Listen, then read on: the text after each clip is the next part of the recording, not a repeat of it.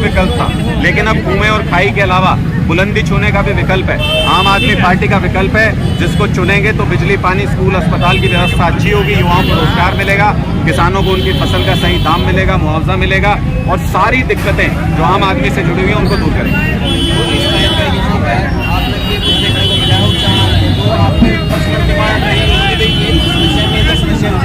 देखो, उचाना में तो मैंने बता ही दिया, 2 परिवार ही समस्या है यहाँ की। इस बार मेट देंगे वो समस्या, अच्छी तरीके से मेट देंगे यहाँ के लोग। अंदरों की जमानतें जब्त कराएंगे और आम आदमी की सरकार लेकर आएंगे। ये कैसी सरकार है? 2 लाख रोजगार है हरियाणा के अंदर, सरकारी नौकरी खाली पड़ी है 2 लाख। हमारे किसी जवान बच्चे को नौकरी नहीं देते। अब ये खट्टर साहब कह रहे हैं 10,000 युवाओं को इजराइल भेजेंगे नौकरी करने के लिए। आपको पता है इजराइल क्यों भेज रहे हैं? क्योंकि इजराइल में युद्ध चल रहा है, लोग मर रहे हैं वहां पे और सारी दुनिया के लोग वहां से नौकरी छोड़ छोड़ के चले गए, तो खट्टर साहब हरियाणा के बच्चों को वहां मरने के लिए भेजना चाहते हैं। क्यों ऐसी सरकार है? और ये जो विपक्ष का ड्रामा कर रहे हैं 9 साल से, ये एक ही है दोनों, कांग्रेस बीजेपी में कोई अंतर नहीं है। विधानसभा के अंदर खट्टर साहब एक शेर सुनाते हैं, जवाब में भूपेंद्र हुड्डा जी दूसरा शेर सुनाते हैं, फिर खट्टर साहब एक और शेर सुनाते हैं। क्यों भाई, बेवकूफ समझ रखे हैं क्या हम? शेर और शायरी के लिए है क्या विधानसभा? पहले से घर से सलाह करके लिख के लेके जाते हैं कि हुड्डा साहब आज मैं ये शेर पढ़ूंगा, जवाब में आप ये शेर पढ़ देना, फिर मैं ये शेर पढ़ दूंगा और टीवी पे यही चलता रहेगा। हरियाणा के लोगों को इतना बेवकूफ मत समझो। 9 साल में इनको पता चल गया कि तुम्हारे बस की कुछ नहीं है खट्टर साहब, और 25 साल कांग्रेस पार्टी ने राज कर लिया हरियाणा के ऊपर, उनके भी बस की कुछ नहीं है। अगर उनके बस की होती तो हमारे स्कूल, अस्पताल, बिजली, पानी सब कुछ अच्छा हो गया होता। अब जो 3 राज्यों के नतीजे आए अभी आप सबने देखे, उससे ये पता चलता है कि कांग्रेस के बस की नहीं है बीजेपी को हराना। कांग्रेस के बस की नहीं है। 14 में कोशिश कर ली, 19 में कोशिश कर ली, इनके बस की नहीं है बीजेपी को हराना। बीजेपी को कौन हरा सकता है? आम आदमी पार्टी, जिसने दिल्ली के अंदर 2-2 बार एक कोने में लगा दिए बीजेपी वाले सारे के सारे, जिसने दिल्ली के अंदर अमित शाह ने भी पर्चे बांट लिए, मोदी जी ने भी प्रचार कर लिया, उसके बावजूद दिल्ली में जमानतें जब्त कराई बीजेपी के कार्यकर्ताओं की, बीजेपी के जो भी खड़े हुए थे लोग। ऐसी अगर ताकत किसी के अंदर है तो वो हरियाणा की माटी में पैदा हुए अरविंद केजरीवाल के अंदर वो ताकत है, जो इन सारे लोगों को इनकी असली जगह दिखा सकते हैं, जो पूरे देश को लूट रहे हैं। आपने कभी सुना राहुल गांधी जेल जा रहे हैं? आपने कभी सुना सोनिया गांधी जेल जा रही है? आपने कभी ये खबर सुनी कि भाई भूपेंद्र हुड्डा जेल जा रहे हैं? भाई ये क्यों नहीं जेल जाते? ये भी तो बीजेपी के खिलाफ लड़ते होंगे, इनको जेल क्यों नहीं भेजते बीजेपी वाले? क्योंकि अंदर खाने मिले हुए हैं सारे के सारे। अरविंद केजरीवाल को इसलिए जेल भेजना चाहते हैं क्योंकि बहुत तेजी से अरविंद केजरीवाल पूरे देश के नेता बनते जा रहे हैं। अरविंद केजरीवाल प्रधानमंत्री देश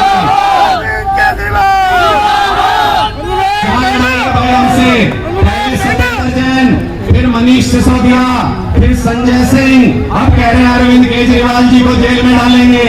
क्या लड़ाई है अरविंद केजरीवाल जी की? इनसे कोई जमीन बट रही है क्या अरविंद केजरीवाल जी की?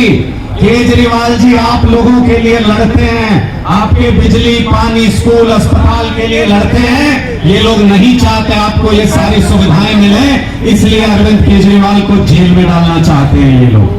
हमको इस बात से सावधान रहना है। और एक आखिरी चीज आपको बता दूं, आज से पहले कभी हिंदुस्तान में ऐसा मौका नहीं आया जब हरियाणा का कोई व्यक्ति देश का प्रधानमंत्री बना हो। सिर्फ एक मौका चौधरी देवीलाल जी के वक्त पे आया था, लेकिन तब भी वो प्रधानमंत्री नहीं बन पाए थे, उप प्रधानमंत्री बन के रह गए थे। अब आपके पास मौका है। हरियाणा का एक बच्चा, हरियाणा में पैदा हुआ एक बेटा देश के सबसे बड़े पद पे पहुंच सकता है। ये बात भारतीय जनता पार्टी को गवारा नहीं, ये बात भारतीय जनता पार्टी हजम नहीं कर पा रही। इसलिए हरियाणा के उस बेटे को और उसकी पार्टी को खत्म करना चाहती है। अगर आप चाहते हो कि हरियाणवी खून देश का सबसे बड़ा नेता बने तो सारी पार्टी भूल के सारे एक हो जाओ, सारे एक हो जाओ। अरे गुजरातियों से सीखो कुछ। ये गुजरात वाले जब मोदी जी बड़े नेता बन रहे थे ना देश के, तो ये सारे गुजरात वाले इकट्ठे हो गए थे, सारी की सारी सीट दे दी मोदी जी को गुजरात की, क्योंकि गुजरात का आदमी देश का प्रधानमंत्री बनने जा रहा था। आज आपके हरियाणा का नेता पूरे देश और दुनिया में नाम कमा रहा है। अपने आदमी के साथ खड़े होना सीखो। जिस दिन खड़े हो जाओगे उस दिन हरियाणा का भी डंका बजेगा पूरे देश के अंदर।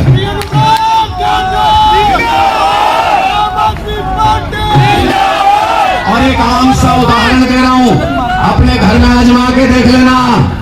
जब घर पे जाओ कल सवेरे, तो कल सवेरे कमरे से हाथ फेरना शुरू हो जाना फर्श के ऊपर। घर साफ हो जाएगा क्या हाथ फेरने से? घर साफ हो जाएगा जी हाथ से।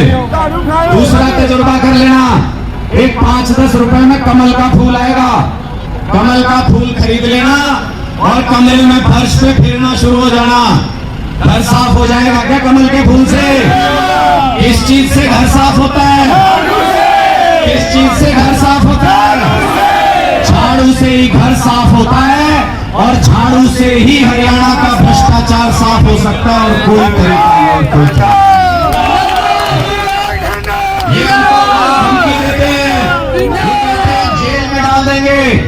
मुझे कोई आदमी आके कहता है आप इतना तीखा मत बोला करो, ये आपको रास्ते से हटाने की कोशिश करेंगे। अरे नहीं डरते तुम्हारी गोली से, सीबीआई से, ईडी से, पुलिस से नहीं डरते।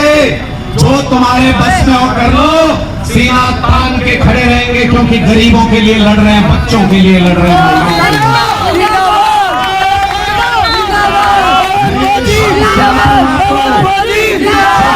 आम आदमी पार्टी की सरकार हरियाणा में बनी, पहली कलम से 2 लाख सरकारी नौकरी युवाओं के लिए निकालेंगे। पहली कलम से एक खाली कुर्सी भर देंगे, एक खाली नौकरी भर देंगे।